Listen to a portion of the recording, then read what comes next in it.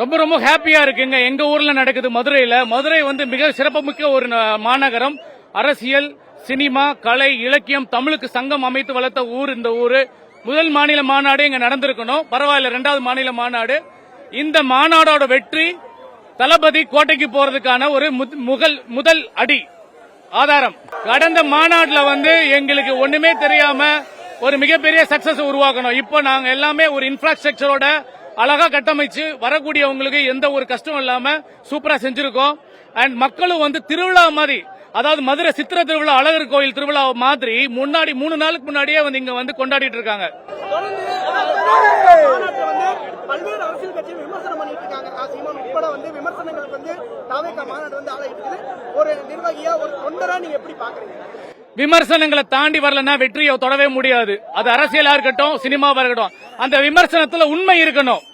ஒருத்தவங்க வளரும் போது வீழ்த்துறதுக்காக என்ன வேணாலும் பொய்யான குற்றச்சாட்டுகளை சொல்லுவாங்க, நம்மளை காயப்படுத்துறதுக்காக என்ன வேணா சொல்லுவாங்க. நம்ம வேலை என்ன? மக்களுக்கு நல்லது செய்யணுன்றதுக்காக தமிழக வெற்றி கழக தலைவர் விஜயோட பின்வழியில போயிட்டு இருக்கோம்.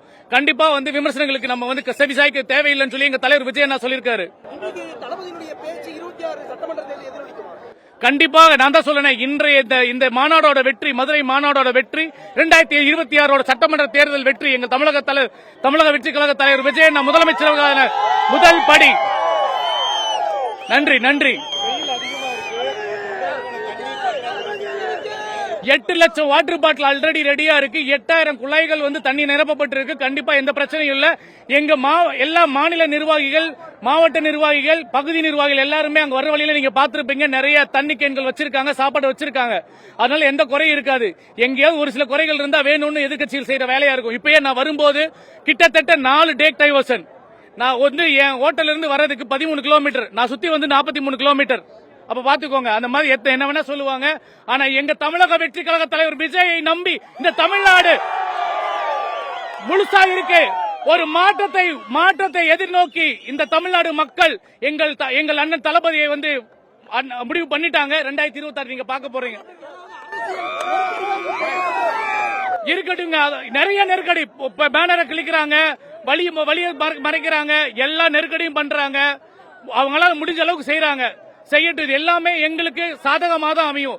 எங்கள் தலைவர் தளபதி அவர்களுக்கு சாதகமாக தான் அமையும். கண்டிப்பா வெற்றி நிச்சயம்.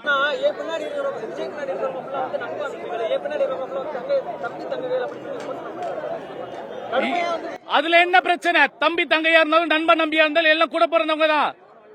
நண்பன் நம்பின்றதோட தம்பி தங்கையோட இன்னும் அதிகமான பாசம் இல்லையா? நண்பா நம்பினா கூட பிறக்கலன்னா கூட அந்த ரத்தத்துக்கு சொந்தமா நாங்க நிக்கிறோம். நான் அண்ணன் கூட பிறக்கல, இங்க இருக்கோம் யாருமே அண்ணன் கூட பிறக்கல, ஆனா அண்ணனுக்காக நிக்கிறோம்ல. தளபதி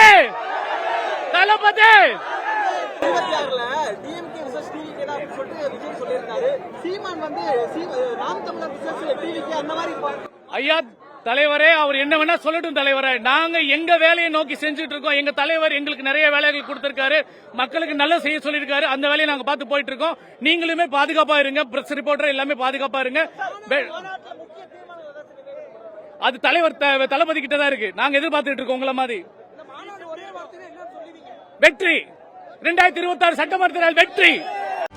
செய்திகளை உடனுக்குடனும் துல்லியமாகவும் தெரிந்து கொள்ள சப்ஸ்கிரைப் பண்ணுங்க.